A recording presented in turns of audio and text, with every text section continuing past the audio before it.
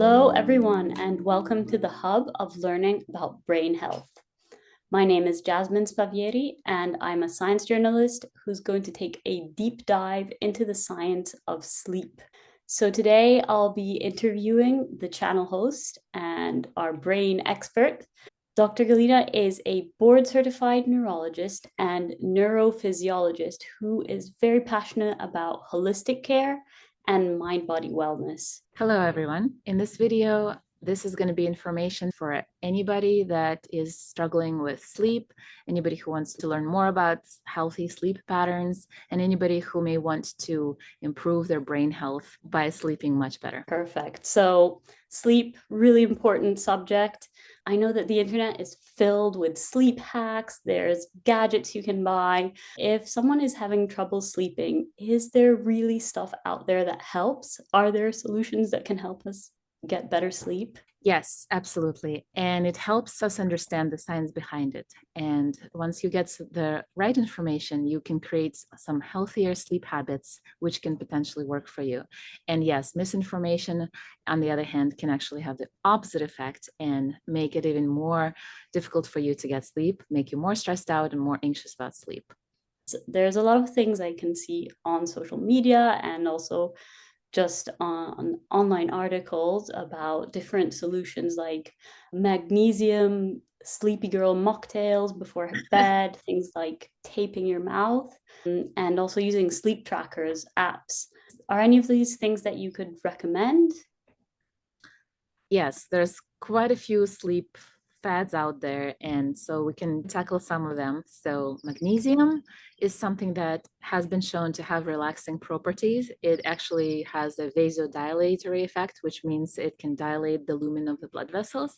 So this can help lower the blood pressure for those people that are stressed out, can help people relax. There's different types of magnesium. What I would say is it's not really a sleep cure for all, if you will. Now, the mouth taping, it's not something that I recommend, especially for those that may have problems with breathing where they don't have really good airflow through the nostrils. You can actually create a situation where you're stopping the breathing through the pipes because you're closing the mouth and you're not getting good breathing here. So if you have allergies or congestion or you have deviated nasal septum, this can actually be a very dangerous practice. So that's not the one that I recommend. In terms of the sleep trackers, they can be really interesting. I actually have a couple of them on me right now. I have the Oura Ring and I have a Fitbit Sense 2, not sponsors. They can be very helpful to understand which way you're going in terms of your sleep quality.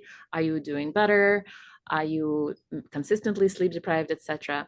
But there is something that can make you overthink about the sleep. So if you're noticing that you're starting to obsess about your sleep, if you're starting to just basically everything becomes just all and only about your sleep and you're just ruminating on it, it can get to the point that it's actually adding more stress to you when you're thinking so much about your sleep rather than doing active behaviors that will improve it. That's really good to know. Thanks. I feel like I'd be one of those people that would overthink with the sleep tracker. What happens to our brains when we're sleeping? What's going on in there? Sleep is, you could think of it as like a recharge for your brain, and it happens in 4 stages. For instance, there's this stage called deep sleep. During that stage, this is where your immune system and your muscles, they're getting repaired. The brain shrinks temporarily, and the cerebrospinal fluid that surrounds your brain cushions it. It washes over your brain and basically washes away all the toxins during that stage of the sleep. So that's a very important one to get enough of. Then there is another one, REM sleep stage, stands for rapid eye movement. And during this stage, your brain is actually quite active.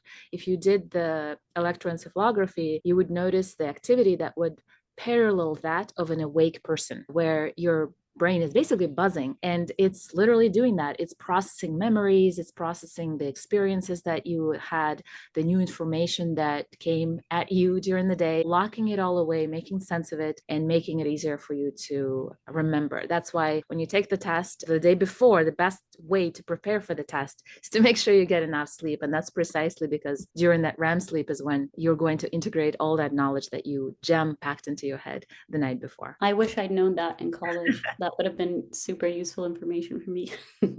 So I read that everyone needs a minimum of 8 hours sleep per night. Is this true? How much sleep do we actually really need to be healthy and be rested? So this 8 hour, I would call it maybe even a myth.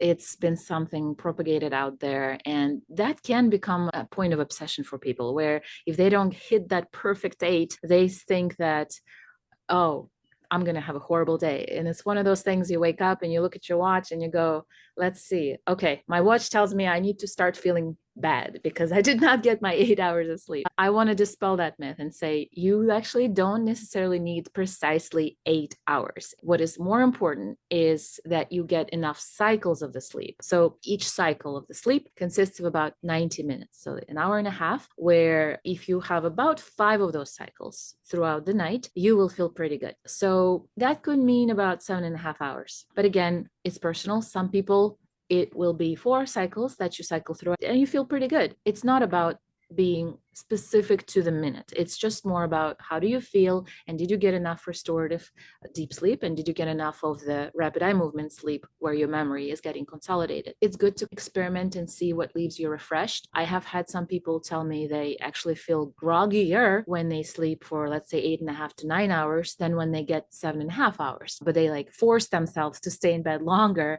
because they were like, I need to make sure I hit that 8 hour mark. What then ends up happening is if your body no longer needs that amount, then you're basically oversleeping, and that's also not great. So there is that sweet spot, and what it is going to be determined by your genetics. The 8 hours is not something that is a obligatory number that you got to hit. So just get enough of those cycles, 5 per night if you can, and maximize the behaviors that will make sure that you expanding your deep stage sleep and your REM sleep. Perfect. So about the cycles and not necessarily that fixed 8 hour number, and it could be different for everyone. When it comes to sleep disorders or disruption, what happens when you don't get enough cycles or your cycles are interrupted?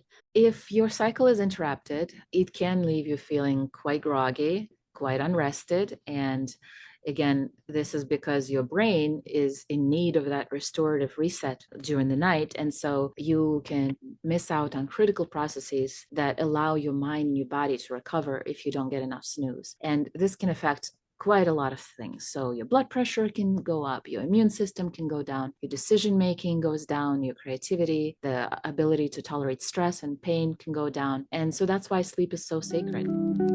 Let's talk about the very frustrating not being able to sleep scenario when you've had a huge day, you're really tired, you're exhausted, you put your head down on the pillow. I'm sure this has happened to everyone, and your brain is just awake. You just can't get to sleep, even though you try as you might. What's happening inside my brain? Why does this happen? There is this thing that people can experience, which is associated with ruminative thoughts, a lot of anxious, worried thoughts. And this is what we would call psychological insomnia, meaning difficulty with sleep initiation, difficulty with sleep onset, because there's just so much turmoil going on. So while most commonly it's this psychological and stress-related insomnia, the brain being restless, there can be other reasons, of course, many other medical reasons that can preclude one from going to sleep. Is there anything we can do? Are there any treatments you can suggest? Yes, there is actually a gold standard first line treatment that many people may not know about, and it's not medications. It's called CBTI, which is cognitive behavioral therapy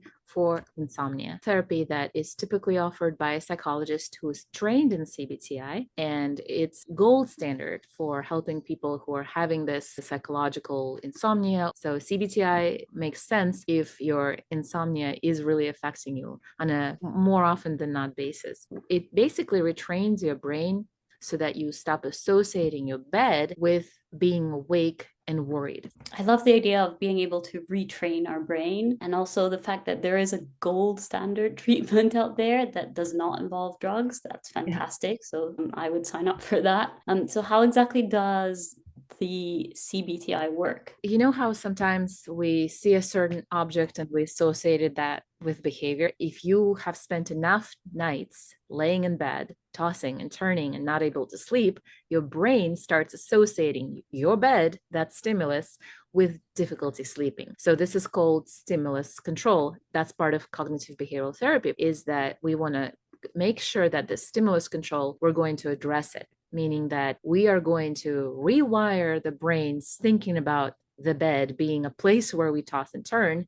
And instead, when we can't sleep for about 20 minutes, we don't just lay there and continue to loathe the concept of sleeping and loathe why we can't get to sleep, but instead we get up and do something relaxing. And for every person, it's going to be a different thing. For some people, it will be reading a book in a dim light. For some people, it will be doing a quick meditation session. For some people, it's doing some kind of deep breathing. Whatever it is, the point is that it's relaxing and it's resetting the brain out of that anxious, worried frame of reference to something much more calming and relaxing. As the person starts feeling sleepy, only then they get to return to bed and hopefully break that cycle of association of bed equals frustration equals cannot get to sleep. So that's one big area called stimulus control. Another part of the cognitive behavioral therapy is called sleep restriction therapy. And it sounds a little bit counterintuitive, like, why would I restrict the sleep if I'm already having problems with sleep? But it actually is a very effective strategy to improve the sleep efficiency. So the way it works is a person will limit the time that they spend in bed to train the brain to increase the efficiency. So inefficiency of sleep would be something like this, where a person goes to bed, they stay there for 10 hours, but let's say like they're looking at a tracker, the tracker says they actually only slept for 6 hours. So that means for 3 hours, there was this awake laying in bed. So this was inefficient. And sleep efficiency would be, or efficient sleep would be, if this person went to bed for 6 hours and slept for those 6 hours. So this would be a very efficient sleep. Over time, the person can gradually start extending the sleep window as the body adjusts. Brain will learn, aha, bed is for sleeping.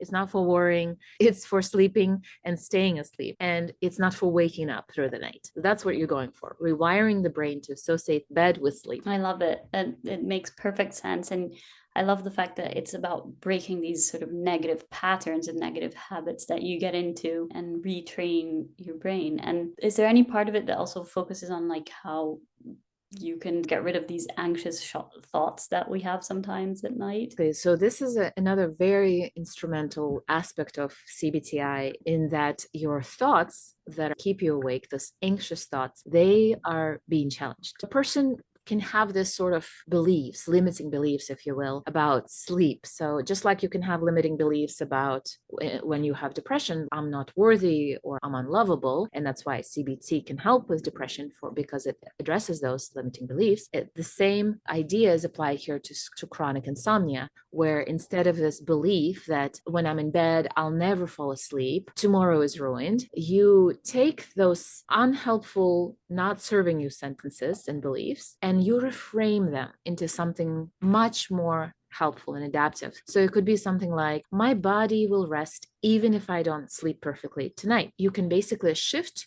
your thinking, and that can help you have lower stress and make it much easier to drift off.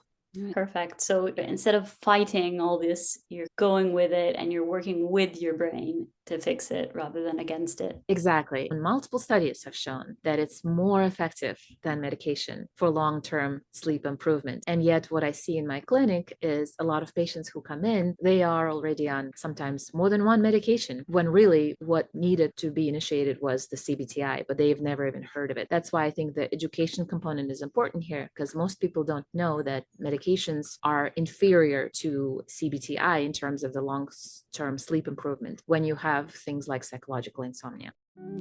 To fall asleep, you need to have two things. You need to have sleep drive.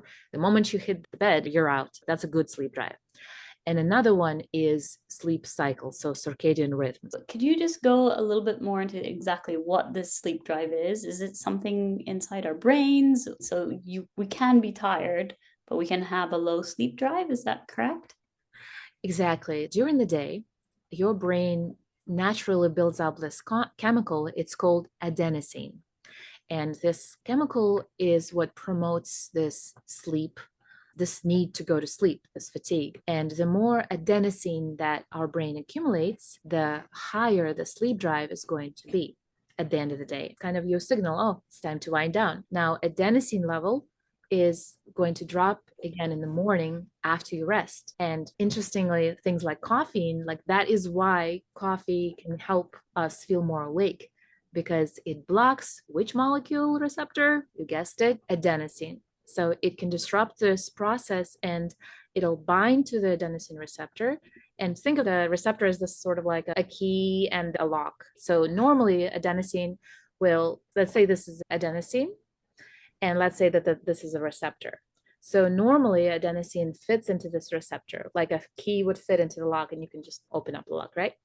And so when it does it, it activates this feeling of fatigue in us. So adenosine comes, it binds, and we're tired. We're ready to go to sleep. But when caffeine binds to adenosine receptor, the opposite effect will happen. So instead of feeling sleepy and ready for bed, you get the opposite effect. You get wired and awake. So let's say that this is a caffeine molecule and this is the adenosine receptor.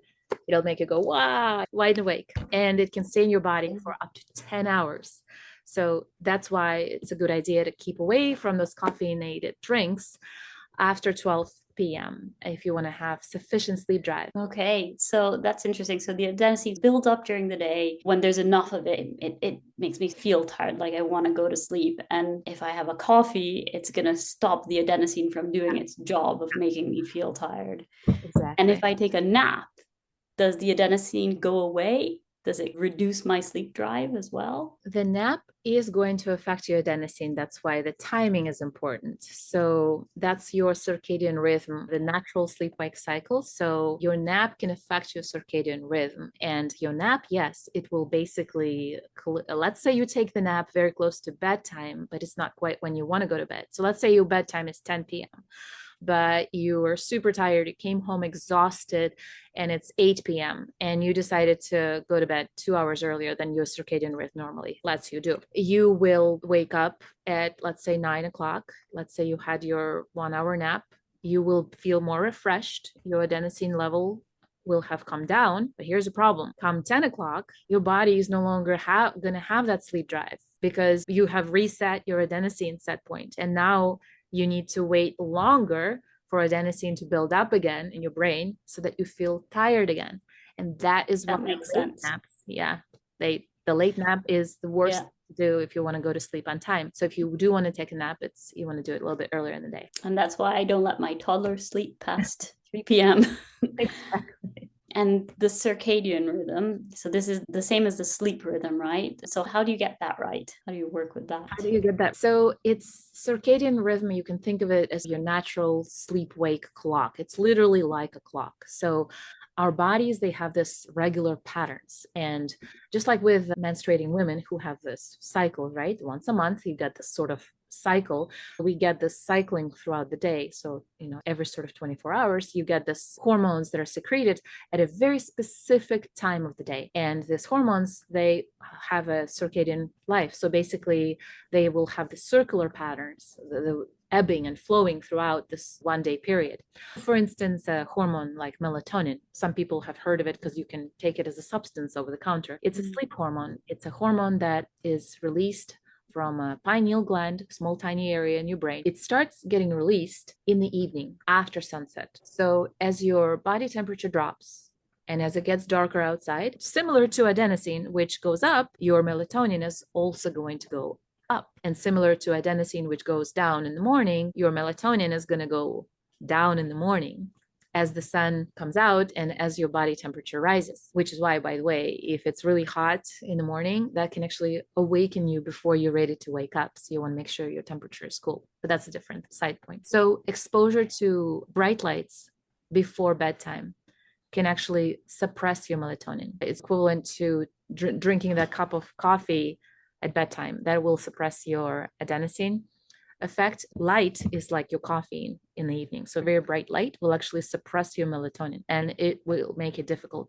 to get to sleep. So that's why a common recommendation for better sleep onset is to reduce the screen time before bed because it can be very bright. And to prevent awakening too early before their alarm clock, it's good to get the blackout curtains. So basically something that will not let the bright light from the sun come in, and also to have some blackout eye mask, which will help you stay asleep when it's time for you to stay asleep. This helps with your natural rhythm of your body. And if you are a shift worker, you can also trick your body into thinking that it's still cave dark. So if you're supposed to be sleeping during the day hours, you want to have the blackout curtains so that your body thinks that it's the nighttime, even though it's super bright outside. Hearing you talk about all of the different ebb and flow of hormones and our circadian rhythms, it seems like a really important element of being able to get efficient sleep is timing things right during the day and during the night. Now, I know that there's things like night owls, and I feel like I am a night owl, and my timing sometimes can be off. My brain just wakes up at night, and I find it really difficult to wake up in the morning. Is that a real thing? Is that something that's actually proven? It is actually a real thing. It's a big thing. And we have what's called chronotype. So it's this body's natural sleep wake preference. It's about when you naturally want to sleep, when you want to wake up, and when your body has that peak energy. Let's break down those chronotypes, and Dr. Michael Bruce takes the credit for these. So there's 4 chronotypes that he has identified. So the early birds, the larks, he calls them lions. So these people are up at dawn. They are ready to tackle the day. The energy peaks in the morning, and by afternoon, they're winding down, and these people tend to crash early. I had a friend in medical school who would stop studying at 6 o'clock p.m. when I would start studying because her energy would just go. But she would be there like 6 o'clock in the morning starting. And I was the exact opposite. So I'm a wolf. So wolves are basically the night owls. They're the exact opposite of the lions. They come alive after dark. We like to stay up past midnight. The creative juices, they tend to flow in the late afternoon or evening, and mornings, not so much, not really our most productive time. We tend to hit the snooze button in the mornings if we have to get up. Jasmine, it sounds like you might be a wolf as well yourself. That is me. Yes, Yeah. I'm a wolf. Okay. I can get on board with that. You can howl at the moon unapologetically. And then there is the third one, and that's bears. And it's actually the most common chronotype out there, believe it or not. Over half of the population of our planet is bears. And bears, they follow the sun. So they sleep when it's dark, and they wake up when it's light, and they will feel their best in the morning. So they might have that energy slump between the hours of 2 and 4 p.m., this classic afternoon blah. And the society's rhythm of 9 to 5 actually suits them the best. So these are the folks that basically do quite well with the standard 9 to 5 work schedule. Okay. And then there is the fourth one. So the fourth one is the dolphins. And this one is actually the rarest of the chronotypes. Only about 10% of us are of this chronotype. The dolphins are very light, very restless sleepers. These are folks that are going to be often battling problems with sleep, so battling insomnia. And their schedules will be just all over the place, unpredictable. They might be up at odd hours, and any little thing like a tiny noise or a little light in the darkness will throw them off. So dolphins will shine the brightest somewhere from mid-morning to early afternoon. So somewhere between 10 in the morning to 2 p.m. is their best time. This is a very important chronotype, and these folks tend to be the ones that end up in the doctor's offices talking about the need to improve their sleep. Wow, super interesting. I feel a little bit validated to know that I'm not just totally haywire, but that there's chronotypes for each of us and that everyone has their own. And yeah, I feel like I do fit into that wolf population. Okay, so now that I know that I'm a wolf, how is knowing my chronotype useful? What can I do with the chronotype information? So you can think of this as the cheat code for your day, if you will. So if you know which chronotype you are, then you can actually plan around your natural highs and lows in your energy and when you're going to go to sleep. So if you're a wolf, you may want to leave your important cerebral brainstorming sessions for later in the day rather than in the morning. So this also goes towards when you're scheduling your workouts, not just your cerebral work, when you are scheduling your coffee breaks, basically to match your natural energy. And so you can sync your life to match your chronotype, because that will help you have better efficiency in bed. You'll actually sleep better, and you'll have this less fighting to stay awake and less fighting to try not to go to sleep during the day. And you'll be more productive when you're on. The chronotypes can show you that if you can understand your rhythm, you can actually transform how you feel. You can transform your day, and you can feel that much more productive and just that much more energized and happy in a life, because you are in line with the chronotype. And I just want to insert a little personal story here. When I was in medical school, I had to get up at ridiculously early hours. Our lectures would start at 8 in the morning. So what I noticed is that I would just fall asleep in class. I would disengage. I needed lots of coffee to stay awake. It just was not really working out for me. So what I identified is that if I go to bed later, like I started going to bed at 2 in the morning, and I would wake up at, let's say, 10 or 11 in the morning, I would skip the class, but the lectures were recorded.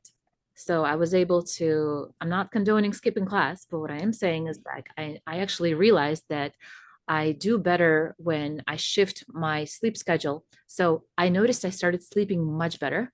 So I was able to stay in bed and stay asleep longer. I was able to improve my learning tremendously just because I shifted by 3 hours when my day started. So instead of 8 in the morning, my day started at 11 in the morning.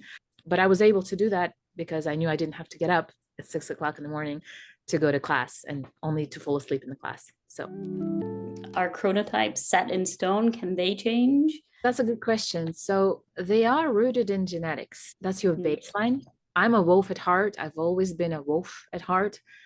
Even when I go to different time zones, I maintain a wolf. Life stages can change depending on your development. So if you're a baby and a toddler, you're thinking usually lions, right? Both up super early, way earlier than you want to be up, out early, and their sleep schedules they reflect that. But now let's think about teenagers. A lot of parental struggles come from mom and dad coming in and trying to wake up their unwilling teenager who wants to stay in bed, and on the weekends they want to sleep in, they want to sleep till 1 till 2. So teenagers actually, during that stage of the development of the brain, the brains flips into the wolf mode almost. So you can think of it as sort of, there is a shift, but it's temporal. And this happens because of the hormonal shifts, which are delaying the melatonin release. So teenagers will actually be wired to stay up later, and they want to sleep in. That's more natural for them. That's why some of the schools are now actually implementing later start time for students, because they know that this is actually much healthier for the teenager's brain. And then when you're an adult, when your brain is basically finished myelinating, which for adults, for if you're a male, it's about around 29 years old is when the myelination is complete. For a female, it's about 25 years old is when myelination and brain development is complete. In that stage, you will drift to what your natural genetic baseline is. So basically, if you are a lion, you'll drift to that and you'll wake up earlier naturally. So you'll kind of transition from that teenager wolf stage to a lion. And if you were a wolf, you'll just continue being a wolf. But also, of course, the lifestyle and environment will play a role here. In your case, you're a wolf, but you have a toddler and you're being forced into your toddler's lion schedule, right? The early wake up time. Yes. And there's this clash of chronotypes. But of course, with an effort, you can adapt, adjust. It's just going to be a little bit trickier for somebody like you, who's a wolf, than for who is a natural lion. Really interesting about the teen wolf. Poor teenagers, they get such a bad reputation being lazy teenagers, but actually, these are real hormonal changes that are going on in their bodies. How do I find out my chronotype? I know I'm a wolf, but if someone wanted to know what their chronotype was, what do they have to do? Finding your chronotype can be a pretty fun process. You're going to discover whether you're naturally a morning person or a night owl, or maybe you're somewhere in between. And the easiest way to do it is to start paying attention to your body when you don't have commitments. So let's say you're on vacation. When do you notice that you're naturally wanting to go to sleep? And when do you wake up without an alarm on the vacation? and when do you feel most energetic and focused. So just tracking that. And if that doesn't work, you could also take some quick online quizzes. Dr. Michael Bruce, he has a popular one that categorizes people, and you can actually take that quiz and you'll know if you're a lion, wolf, a dolphin, or if you're a bear. You can also look into another questionnaire that's called Munich Chronotype Questionnaire, MCTQ, or another one, MEQ, which stands for the Morningness, Eveningness Questionnaire. So is there a chronotype that you think is better than the others? Is there something that's better that we should aspire to? No, I don't think there is a right chronotype. It's not really about that. Yes, the bears, it's easier for them to adjust to the regular, typical 9 to 5 schedule, but it's not really, I would say, a better chronotype. It's just, it makes it easier for them to feel at their most optimal during the time when you're expected to be. But it's also about understanding your body's natural preferences. While some people will genuinely bounce out of the bed at 5 in the morning, ready to conquer the world, others, they don't hit their stride until like the afternoon. So if you discover that you're a wolf who is naturally much more sharp at night, maybe you will then adjust to your life where you'll schedule some of your creative work for evenings instead of forcing yourself to brainstorm at 7 o'clock in the morning when you're at your groggiest. I love that. I love it. It all goes into using a little bit also of your intuition and working with the science behind it, just understanding how we work as individual humans. This kind of information is so important for people to know. I really do feel like a little bit empowered by the fact that I'm a wolf and I can use that to really maximize what I do with my day and with my nights. So we've spoken a lot about circadian rhythms and patterns. We talked about timing and why it's important, and going to bed and waking up at the same time every day. In one of your YouTube videos, you talk about how that's key to getting good sleep. Why is that so important to have that routine? Sleep consistency is quite important. The reason is because the brain kind of craves this regularity. So the circadian rhythm, you want to make sure that it's reliable and predictable. A regular sleep pattern can help you become tired when you need to be tired and ready for bed, and alert when you need to be alert. Okay, so the routine can help me get those rhythms, right? Or maximize my circadian rhythm, whether I'm a wolf or a lion or a dolphin. The routine has to fit with whatever chronotype I am. I did have another question about napping because I do love taking a little daytime nap. We did say we're not meant to nap too late in the day, but if I have a tiny little nap during the day, is this gonna ruin everything for me? Will I not be able to sleep later? A good nap can actually improve your overall well-being, but if it's important when it's happening. So with napping, you actually can improve your decision making, you can improve your memory, you can improve your overall feeling of vigor. It can help you reduce the inflammation in the brain.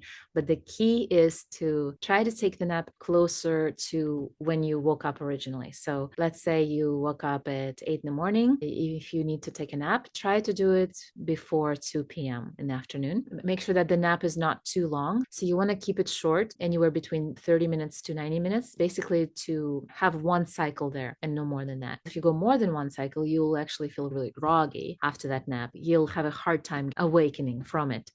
I'm just really relieved to hear that I can nap if I want to. It just has to be a small nap and at the start of the day, and it's not cheating. Are there any other sleep hacks that you have for us that can help us maximize our sleep? Let's talk about food and drink for a little bit. It can help to cut off the food and drink at least 2 hours before bed. The idea is you don't want to go to bed with a full stomach or a full bladder, because that can disrupt your sleep cycle and your sleep quality. And it's good to, I call it diuresis. So drink your last cup of tea 2 hours, so that you, in that 2 hour period before your bedtime, you will have peed out all the fluid that you have put into your body. And also you're going to be peeing out fluid that you put in before the 2 hours. So the moment you lay flat, the blood flow increases to your kidney and you're going to start wanting to go to urinate. So you want to make sure the bladder is empty. And the same thing with the digestion. You want to make sure that you're not actively digesting the food and your stomach is growling and churning and doing all the things that it's supposed to do, because that's going to affect your ability to go to sleep. The cutoff of food and drink. And here's me stuffing my face with a sandwich at midnight before going to sleep. I'm not going to do that again. There is such a thing as people waking up during the night because of hunger. So that's low sugar. So hypoglycemia, we call it. So low sugar state can also waken you up. And that's your brain's natural protective mechanism kicking in and basically saying, hey, we need to do something about this. Our body is running low on sugar. We got to do something about this. While I don't recommend eating a very heavy meal and a sandwich with protein and all that before bed, so what you want to do instead is if you're going to do a snack and because you're hungry, you can do like a bowl of blueberry with a little bit of yogurt. And then you can just drink a couple of spoons of olive oil or like MCT oil, or you can combine. You can do like 1 spoon of peanut butter or almond butter. The idea is that you want to do something that's a fatty substance, couple it with very healthy sugar from a berry, so like high antioxidant berries like blueberries. So what that will do is the berries, they have this anti-inflammatory effect. Also they lower your blood pressure, the blueberries. And the fat effect of the, let's say, MCT or almond oil or olive oil, that will keep the energy up. So you want to fuel yourself up with the slow burners so that your level of sugar stays at almost like a plateau through the night. And you'll notice that the days where you're eating something like high glycemic index sugar, it will actually make you hungry faster in the mornings.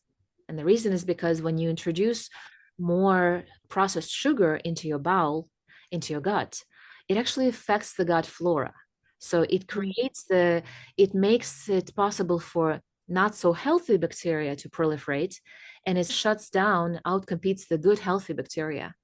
And the unhealthy bacteria, they're the ones that are starting to scream and yell at you in the morning, waking you up. And that's why eating that cake at bedtime or close to bedtime usually means not such great sleep.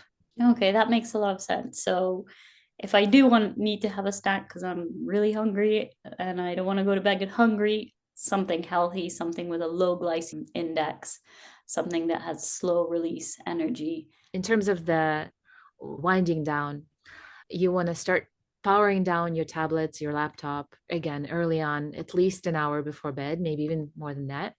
Because again, there's that bright light that is going to signal to your brain, hey, it's still the daytime. So you want to power down the tablets and get your brain into this sort of mode of relaxation. Some people will implement some bedtime rituals where they will do the exact same activity before bed, which will train their brain, again, like Pavlovian dog response, to associate the relaxing activity with getting to sleep. So to each their own, but some people will turn on some relaxing music. Some people will listen to a story or read a story, something that will create this calming, peaceful effect in your brain. Some people will listen to an audiobook just to kind of compete with their existing ruminative, anxious thoughts. And so you're replacing this chatter with this sort of slow, soothing, monotonous voice of the narrating author. And it, for some people, that does the trick for them to switch off into the sleep mode. And lastly, soothing smells can also help for some people. So we know that lavender, for instance, it has that sort of soothing, relaxing effect. So some people will spray a little bit of lavender on the pillow, or they'll have a lavender pouch. Or what I do is I put a little bit of lavender oil on my sleep mask so that there's a little bit of that sort of smell coming down into my nostrils. So this can help you, again, wind down, and it can put your brain into that relaxed, calming state. Think of this as your part of your sleep bedtime routine, which can become your cues for better sleep. I love the idea of having a little sleep routine.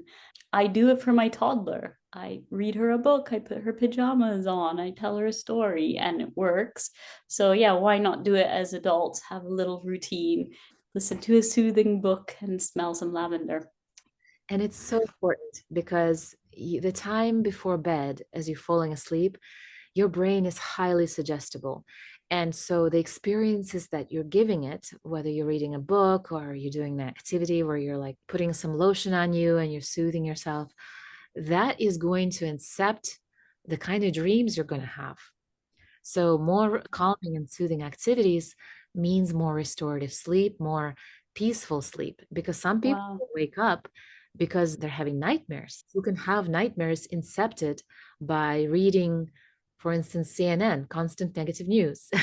So it can be very effective to just do that little couple of those little soothing kind of rituals, if you will.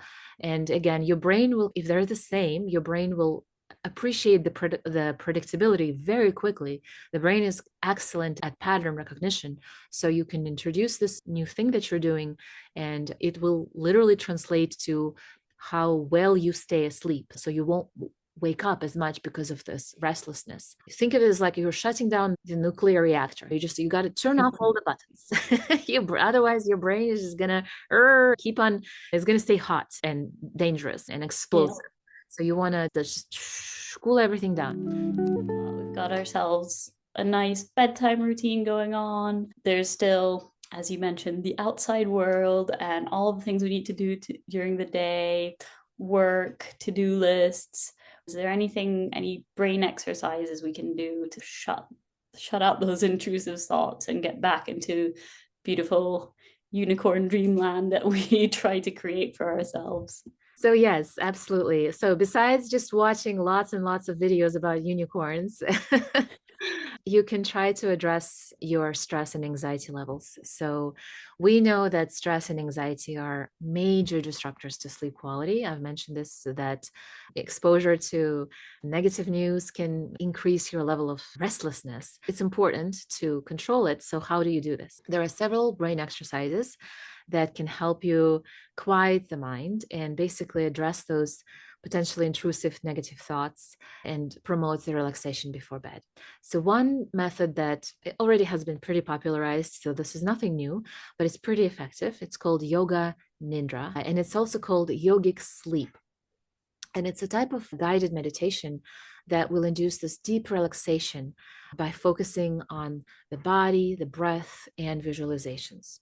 And it's quite effective at calming the nervous system and easing the anxiety. And the best part of it is you don't need to have experience in yoga to do it. All you have to do is just find a comfortable spot, lie down, and just turn on the yoga nidra meditation. There's multiple examples on YouTube. Just turn it on and go through the guided session, and you'll experience this sort of state of conscious relaxation where you'll detach from the busy thoughts that are racing through your mind, and instead you'll go into this very kind of soothing state. So that's yoga nidra. There is another great tool for relaxation, and that's called mindfulness meditation. It's similar in concept to yoga nidra. This practice encourages you to focus on the present moment and not judging the moment.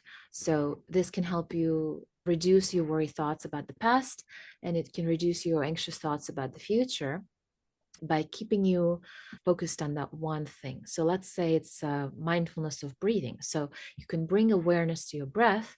It could also be a mantra. And if you don't want to do a breath, you could just be aware of, let's say, sensation in your hand. To each their own. So you can, some people are sensorial, so you can just focus on feeling something in your body, or you can put your hand on your heart and just feel it rising, going up and down with your breath.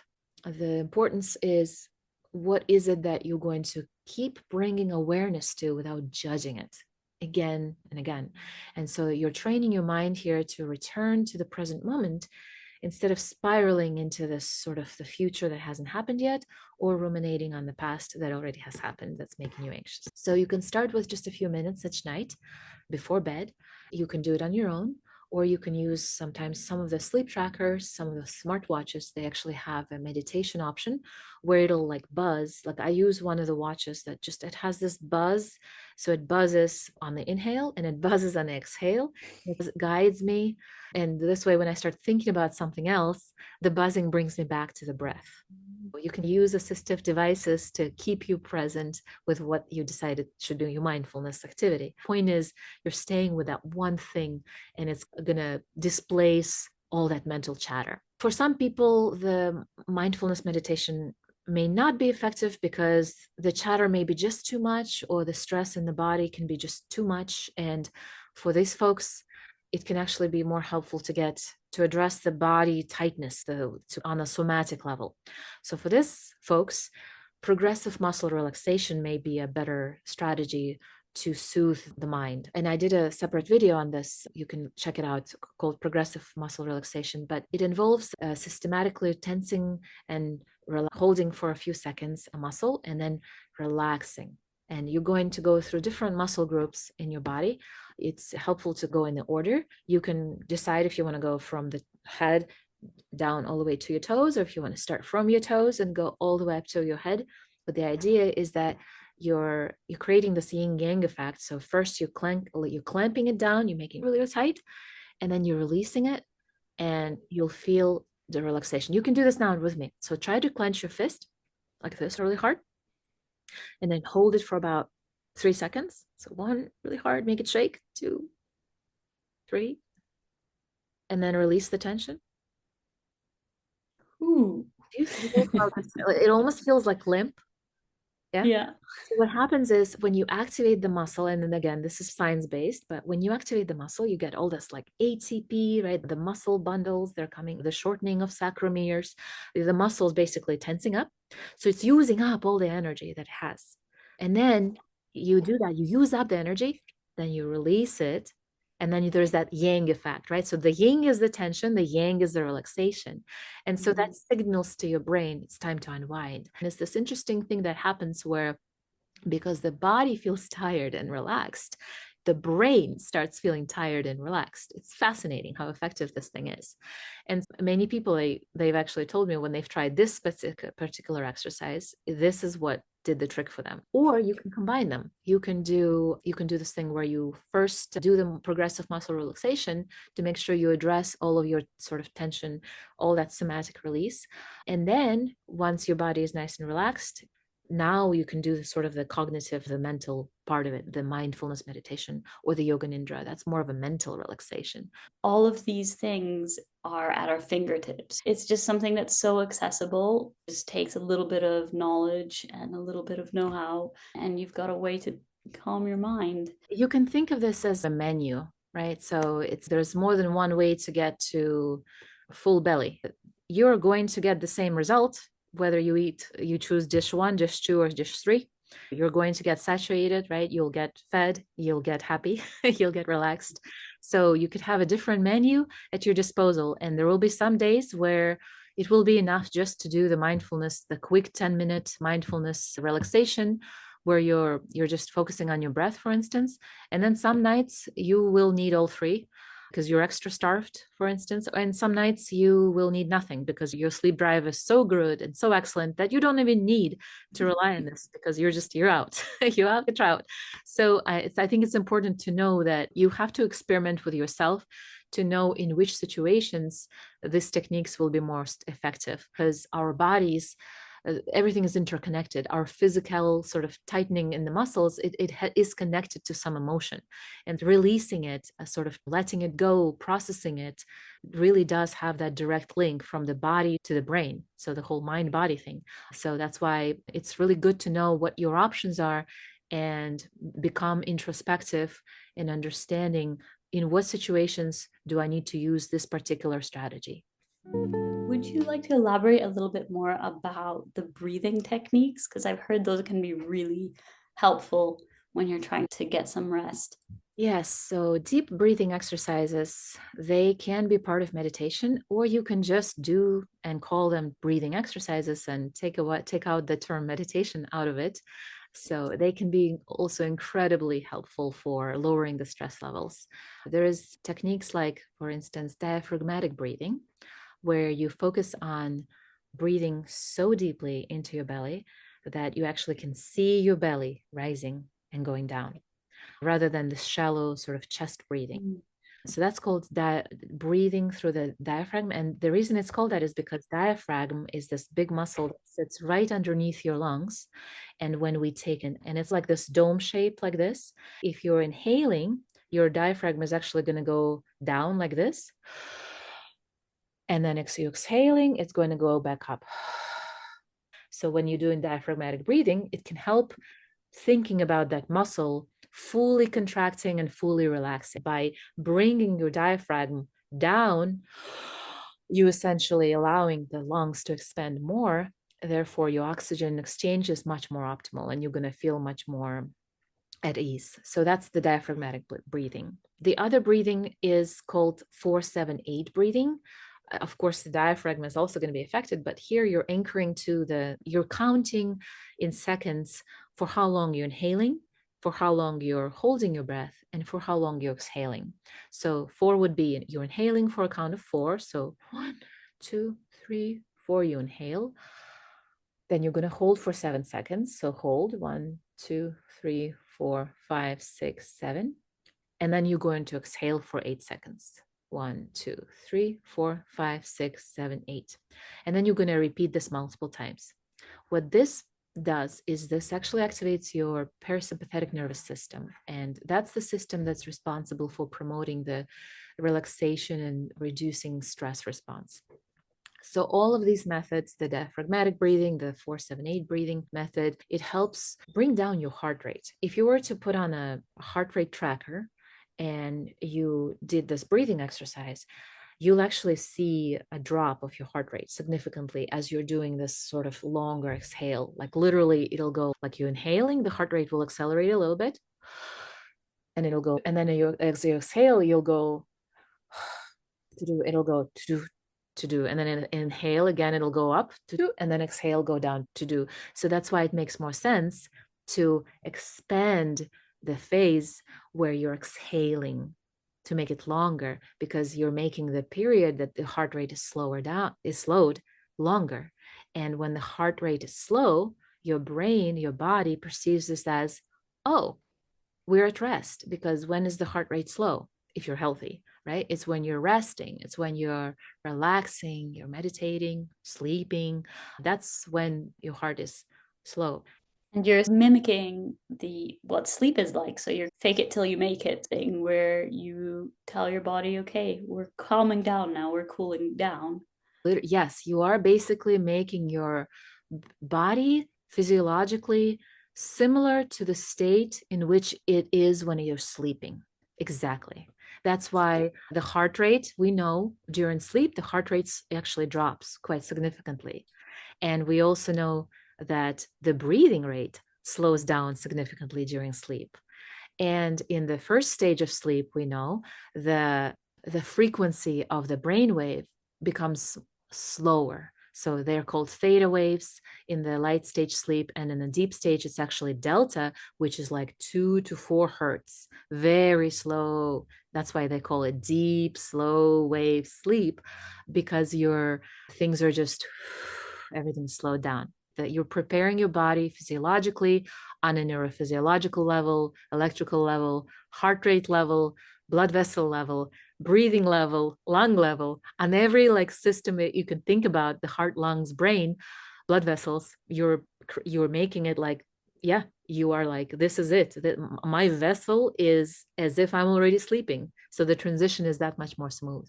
There is another thing that some people I know try, and it can be very effective. And I do recommend this, especially for those types that are very stimulated and that have a lot of thoughts, worries, concerns, that like to think 10 steps ahead. These folks that are living in a very rapid, fast-paced world. These folks, sometimes the reason that they can't sleep is because they go from one context to another. It's just go, and then they go to bed and it's quiet all of a sudden.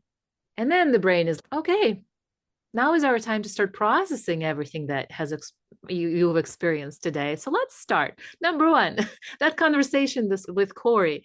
And here we go. And then before you know it, you're like 3 hours and you're still like processing, analyzing, being hard on yourself for saying this or forgetting to say that, etc. So for this type of individuals, what can help is to basically do what's called brain dump. Brain dump before bed, where essentially you're doing a shortcut. You're bypassing instead of the 3 hours where you're going to ruminate and process all this, you're bypassing, you're making it maybe into a 20-minute session, but you're literally just everything that has happened throughout the day that caused any kind of upset for you or anything, that it doesn't even have to be upset. It could be exciting too, but something that kind of you'll potentially think about, you're just going to write it down. You could also type it. And for some people who don't like to do that, typing or writing, you can dictate it. You'll notice that as you're writing it all down or you're downloading it all onto this other thing, you'll start making sense of things that bother you, and you'll start making meaning of them. That will result in peace of mind, because it's like you've parked it right here. It lives here now. It no longer has to live here. And then you can even say to yourself, when a new thought arises and you're in bed, you could say to yourself, let me just write it down. Or maybe you'll say, I'll write it down tomorrow, but you'll have this peace of mind knowing that there is a thing, there is an object, there is a technology device that's containing those worries for you, so you don't have to. Does that make sense? Absolutely. Yeah, I love it. The brain dump. Put it there. Don't think about it. Yeah. So I call it out of the head onto the paper. And it's just like a sense of closure, gives you the sense of quiet that you're like, all my worries, all my stuff just lives there. So I can just chill. Now I can just be in my peaceful state of falling asleep. I have a lovely dog that likes to come sneak into my bed in the middle of the night and get under the covers. And there's some articles that say, yes, sleeping with pets is great. It improves your mental health and all that. What's your take on it? Yes, it's true that many people will find comfort sleeping with their pets. And there is some research that suggests that having a pet nearby, especially cats, can have emotional benefits, and that presence of a pet can reduce the feeling of loneliness and gives you the sense of security, and it can just help you feel more relaxed and even sleep better. I actually know a doctor, sleep doctor, who has, I think, three big dogs, and she told me that she will only sleep good when she's at home with her dogs surrounding her in her bed, and that's part of her sleep routine ritual. She got to have those three big beasts around her for good sleep. Now, so that's why this is pretty nuanced. But I will say that while they can have this calming, sort of nurturing effect, the rhythmic breathing, the purring of the cat, it can just make you feel peaceful. It's almost like your little meditation, right? Like your mind, you can become mindful of your cat breathing and purring on your legs, right? It can be very soothing. Now, there's nuance though. This companionship, it's really good for you, I would say, during the day, especially if you have like anxiety, and it can be like your emotional support animal, right? So you get this sense of comfort, you're relaxed, you're winding down. However, when you're in bed and you need that restorative sleep, you want to consider a couple of things in mind. So, sleep cycles. If you're in your rapid eye movement sleep, this very crucial sleep for your memory consolidation and feeling rested. Now, because pets can move around in bed and they shift positions, it can disrupt your sleep cycles, including the rapid eye movement sleep. I mentioned the rapid eye movement one because it's actually easier to get awoken out of the rapid eye movement one, because that's when your brain activity is very similar to that of an awake brain. It's harder to get woken up from deep sleep when you go through the slow waves. That's why some people will say, I could sleep through a bomb. It's usually during the deep sleep that it's harder to get awoken. So I'm more concerned about rapid eye movement sleep stages being disrupted here. And even small movements of your animals, it can cause this micro awakening for you at night. And of course, if you're in light sleep, that's even easier to get yanked out of sleep.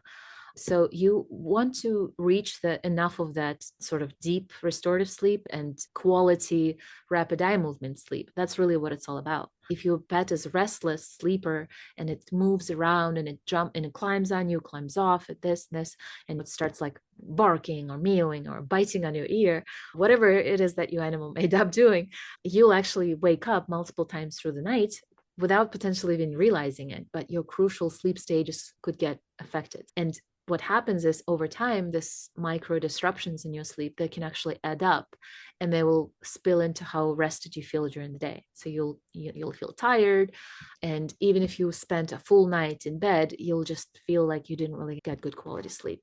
And additionally, for some people, allergies can be a concern. Pets have dander, so pet dander can be a common allergen, and those tiny little flakes of their skin, they can trigger, for some people, allergies. So you can get congestion in your nose, which can affect your breathing. So respiratory issues directly linked to allergies. For some people who are sensitive to allergens that come from the pets, having a pet in your bed would be not such a great idea. And then the third thing is the noise, especially if it's like a French bulldog that you have, that adorable type of dogs. I know very loved a pedigree, but they snore loudly. Even if this is the noise that you like, even if it's the kind of noise that you associate with, oh, that's my little cute Frenchie, it's still going to yank you out of your sleep. And so you're not going to get quite as deep of a sleep as you wanted to. When we look at sleep studies, sometimes we actually could see at what stage the person heard a noise, because there will be a specific pattern of electrical activity that gets registered on the screen when the person hears a noise. While you have adaptive responses in your brain that are supposed to keep you asleep, if you introduce into the environment various aspects of noise, your sleep quality will be impaired. That's why earplugs, that's why the white noise can be helpful, etc. So if you have a large breed of like it's a big dog, they will want to take up a considerable portion of your bed. So it will limit. Yes, I've experienced that. Yes, but sometimes to sleep better, you actually need to position your hand or your leg. Like, I'm a side sleeper. I will only sleep well when I'm on my right side and my hand is like this and my leg is like that. It's a whole pose. Have had it ever since I was little. It's a pose that I strike. And if I'm not in that pose, whenever I try to sleep in a more condensed space, like I can't sleep on airplanes, I can't sleep in the cars because I can't do my pretty ballet pose. So you want to be able to stretch out and find that comfortable position. And if you can't, because the animal is constricting your space, you are going to be just uncomfortable and restless. That means you're basically not prioritizing your sleep. All of that said, if you love having your pet in the bed and it doesn't affect your sleep quality. Let's say when I was little, I was growing up, there was a cat that always slept in my legs, but it would just come and just sleep and it never moved around. In that case, it's fine. But now I have Bengal cat, and that guy he's always up to something, and he's gonna meow, he's gonna jump, he's gonna start hunting in the middle of the night. So I cannot let him into my bed. He will not let me sleep. So that's why you want to just adjust what kind of animal is it and is it affecting your sleep quality? And if you want to know, you can use the sleep tracker to see how many times you awoke through the night. And that can give you an idea of, is it worth it to have that furry baby in your bed or not? What about waking up in the morning? Is there something that, as someone who struggles to get up sometimes in the morning, I can do to get myself awake, going a little bit quicker, a little bit better? For folks like you and I, who are wolves, mornings can definitely be not our favorite part of the day, and it can be a struggle to get up and get going and shake off that grogginess. The key to a good morning routine is to understand your body's natural process, how it works, and basically, again, learning about your chronotype and using that knowledge so you can kickstart your day with energy and with clarity. When you wake up, so your body releases a couple of stress hormones, so the adrenaline and the cortisol. Our brain is very smart. It knows exactly what it needs to release to get you going. So it's releasing those two basically, and it's by design to increase your alertness, right? So alertness goes up, but it will take time for these hormones to really fully kick in and to take full effect. That's why the sluggishness can persist. You can help this process along by doing what I already mentioned. So, for instance, direct sunlight. So, just 15 minutes right after you wake up, is instead of just scrolling through the phone as the first thing that you do when you wake up, put your phone downstairs, outside or near the outside, so that you don't have the temptation to scroll through it, and instead literally go out right away. And what sunlight will do is it will suppress the melatonin that makes you sleepy, and it will stimulate the production of the hormones that make and neurotransmitters that make you feel more alive and alert. And if you can't go outside, if it's too cold, you can purchase LED bright lamp. You want to go for at least 10,000 lux. Lux is a measure of brightness. That's another option. And you want to shine it directly above your head, simulating sort of the sun effect first thing in the morning, right as you wake up. And this can help you feel more alert in the morning and less tired in the morning and more tired towards the end of the day. I love this. I love the fact that coming from a doctor such as yourself with so much experience with patients, that it's just about understanding the natural rhythms of our hormones and working together. With the simplicity in that can be so much more helpful. You were talking about lamps that you can use if you don't have access to sunlight, or for example, if you live in a place that it's really dark in the morning. How exactly do those work? So lux is it's a unit of measurement of how much visible light falls on the surface. So it will measure this intensity of light per square meter, and it helps measure the brightness in various environments. So the higher the lux number, the brighter the light, and the lower lux means the dimmer the light. Some examples of lux levels, for instance, in everyday light. So let's say moonlight. So moonlight is about 0.25 to 1 lux, so very low. If you're in a dimly lit room, we're talking usually about 50 lux. If you're in the office with the light, it could be about between 300 to 500 lux. Now, if you go outside and it's overcast, you could get about 1,000 lux exposure. Now, if you go to direct sunlight, where it's really bright and shining day, that's between 10,000 to 25,000 lux. Wow, so sunlight is king when it comes to waking up. Yes, that one Right. takes the prize, yes. So another thing besides the sunlight that should be part of your morning routine, when you wake up, immediately hydrate yourself. The reason is because through the night, your body is naturally getting rid of water. It's basically becoming dehydrated because you're not putting any water in. You're not like in the hospital connected to an IV line where fluids are getting pumped into you.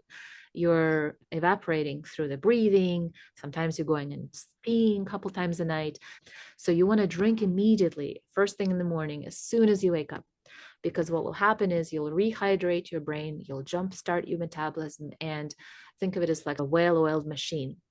Everything functions in the brain much better when things are lubricated and oiled and there's water flowing through. A simple step of just bringing the glass of water will make you actually feel more awake and alert, believe it or not. So that's a little kind of hack that you can do in addition to the light exposure. If you're prone to things like low blood pressure, some people can get up and they get like lightheaded. You can also add a little bit of a salt or a little bit of lemon for just a little bit of like flavor or additional benefits, vitamin C, because that will help replenish the electrolytes. Let's just talk a little bit about the coffee. That's another fluid, right? That people like to drink first thing in the morning. Yep. Now, the timing of coffee is actually pretty important. And here's why. Now, while it's very tempting to drink it right away to wake up, you actually want to wait for your first cup of joe. You want to wait anywhere between an hour to an hour and a half. And here's why. When you first wake up, as I already mentioned, your body produces this cortisol and adrenaline, and these levels of this sort of stress, energizing hormones are going to be at their peak when you first wake up. So if you drink the coffee too soon, it won't actually have the same stimulating effect on you because you got these other two players doing their job already naturally. So you want to let the cortisol and adrenaline do their energizing you part naturally for the first 90 minutes. At about 90-minute mark is when those hormones, the natural alertness hormones, their levels start dropping. So when those levels start dropping, that's when you can put in your caffeine so you can continue feeling alert. So wait for an hour to an hour and a half. Another benefit of that is it will actually help prevent building up the tolerance to caffeine because you're not relying on it to kickstart your system immediately. Because your body is very smart. It understands when things are being administered into it exogenously, externally, it will understand that it needs to adjust. So if you start basically immediately putting caffeine into your system right away, it's going to rely on that. It's going to need it. Yeah. It's going to say, I need that caffeine right away. And if I don't, I'm going to get a withdrawal headache right away. So you want to ease into it and give it, like I said, an hour to an hour and a half before you drink that cup of joe. Another habit that you can try to implement into your day is something where you're moving your body. It doesn't really matter what it is. It could be specific to you, to that which you will do. It could be a quick stretch, a yoga routine that's 5 minutes. It could just be a few minutes of light cardio where you're doing some jumping jacks or you're doing some push-ups. It could be anything really. The idea is to get your blood pumping because this blood flow will increase the energy levels and it will increase your mental clarity. And it will help your body adjust to the natural rise in the hormones, and it will feel easier for you to feel awake. So you can have this morning ritual where you do this quick burst of activity, and it's actually been shown to be much more beneficial to do the cardio in earlier part of the morning rather than later in the day. You actually get more bang for your buck that if you do it earlier in the morning. And then you can supplement that with additional things as part of your routine. You can, let's say it's jumping, you can listen to uplifting music to incept yourself into that good mindset. You can journal right afterwards or right before, or you can have a few minutes of meditation if you feel like you want to center yourself first. But just setting aside some time to do something that grounds you, that will reduce your stress, focus your mind, and get you going can be really helpful to jumpstart your day. What I would say is not a good idea is to immediately jump into your phone and start looking at the emails and all the missed calls and all the voicemails, because again, you're very susceptible, your brain, your psyche is very vulnerable when you just wake up. And so this like informational overload immediately sets you into this sort of a stress state. So instead, you want to have a morning routine that will support your natural body rhythm. So the routine is yours to make. There's not one best routine out there that's going to work for everybody. But the idea is that you're doing these things that are in line with your physiology and that you know are really good for your brain. And then when you follow the steps consistently day after day, your brain will already know, oh, okay, we're awake. This is time to be alert. Your body will get used to this new rhythm, new activities that you've implemented, and your mornings are going to feel just so much more manageable and, most importantly, so much more enjoyable. I'm one of those people that uses a snooze button a lot. What are your thoughts? Is it a useful tool? Can it help? The good old snooze button that we come to know and love so much. So yes, so the snooze button, it's incredibly tempting. I'm guilty of it as well. Hitting it, thinking that it's going to just give me that extra sleep that I desperately need, that I'm deprived of. But interestingly, it actually works against you. And here's why. It will give you that extra sleep, right? So let's say you snoozed and you get that extra 10 minutes of sleep. But do you think you're getting rapid eye movement sleep, or are you getting deep stage sleep? No, you're getting light sleep. We don't tend to go into restorative deep sleep or rapid eye movement sleep. There's like a stage to go through. It's like a little staircase, right? The first step is the light sleep, then it's the deep sleep, then it's the REM sleep, which means that if you wake up and then you hit the snooze button, the only stage your brain is going to enter is going to be that light sleep stage, which is basically a meh. It's like neither here nor there. It doesn't help with the memory consolidation like the REM sleep, and it doesn't help with the brain immune response growth hormone production like the Alzheimer's prevention, like the deep stage sleep does. So you might as well just be laying there and meditating. So you're not getting the benefits of that extra sleep when you're snoozing. So what I would say, it's actually better to readjust it, where if you know you're going to be exhausted, and you like, I actually have some patients that on purpose schedule their alarm clock for the purpose of hitting the snooze button and getting that extra 15 minutes later. So I asked them, I said, then why not just, if you already know you're not going to be out of bed because there's going to be that snooze button situation, why not just make your awake time 15 minutes later and give yourself that extra 15 minutes of REM sleep, for instance? That extra 15 minutes of rapid eye movement sleep can literally make a difference between you feeling good and you feeling groggy. You're making it harder for yourself to get out of bed and feel rested, and you're negatively impacting your energy level when you're hitting the snooze button. Can you give us your top five, your quick top five for better sleep? Sure. So I would say number one is sticking to a consistent schedule that fits your chronotype. Number two would be skipping the coffee in the afternoon and limiting your alcohol. Number three would be dimming your lights and your screens an hour before your bedtime. Number four is winding down with meditation, with smells like lavender or pleasant music at night. And number five, if you can't sleep in your bed, get up and reset, and then come back and do it again. Amazing. And all of these things are so easily accessible. They're totally attainable, and they're things that everyone can do. Thank you so much, Dr. Galina, for letting me pick your brain today, for sharing all of your knowledge. I just feel equipped now to go out and build sleep habits for myself. It was definitely my pleasure. And thank you for your thoughtful questions and bringing up such important topics, because sleep improvement is very crucial for us, for our brain health. And if any viewers out there have any questions about sleep deprivation or anything related to brain health, please leave them in the comments below. I will be posting more videos on nuanced topics about brain health and how to keep our neurons happy. And I'm also posting short form content on Instagram. The handle is Dr. Galina MD. So stay tuned and subscribe for more brain health content.